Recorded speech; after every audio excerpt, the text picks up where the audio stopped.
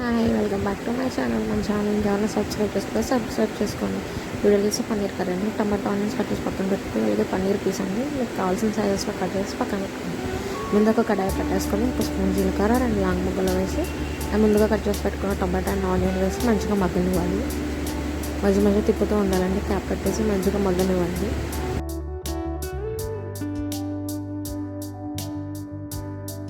And అలాగే ఇప్పుడు onions బాగా మగ్గాక మనం ఇందులో కొంచెం జీడిపప్పు యాడ్ చేసుకుందాం. జీడిపప్పు యాడ్ చేసాక కూడా ఒక 2 మినిట్స్ మూత పెట్టేసి మంచిగా మగ్గనివ్వండి. జీడిపప్పు కూడా మంచిగా కుక్ అవుతుంది.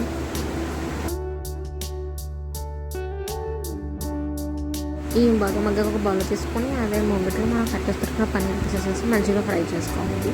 పన్నీర్ని మరీ ఎక్కువగా తిప్పకండి, పాడైపోతుంది. ముందుగా తీసి పెట్టుకుని మంచిగా పేస్ట్ చేసుకోవాలి. ఇప్పుడు అదే కడాయి పెట్టి అందులో కొంచెం జీలకర్ర, కల్వాకు, మిర్చి వేసుకొని మనం ముందుగా పేస్ట్ చేసి పెట్టుకున్న దాన్ని ఇందులో వేసి మంచిగా మగ్గనివ్వాలి.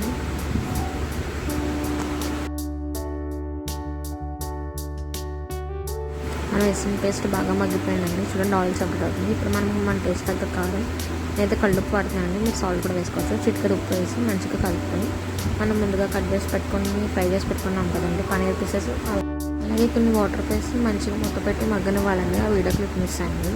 కూర మంచిగా మగ్గాక చూసారా కర్రీలోంచి ఆయిల్ మంచిగా సెపరేట్ అయిపోతుంది.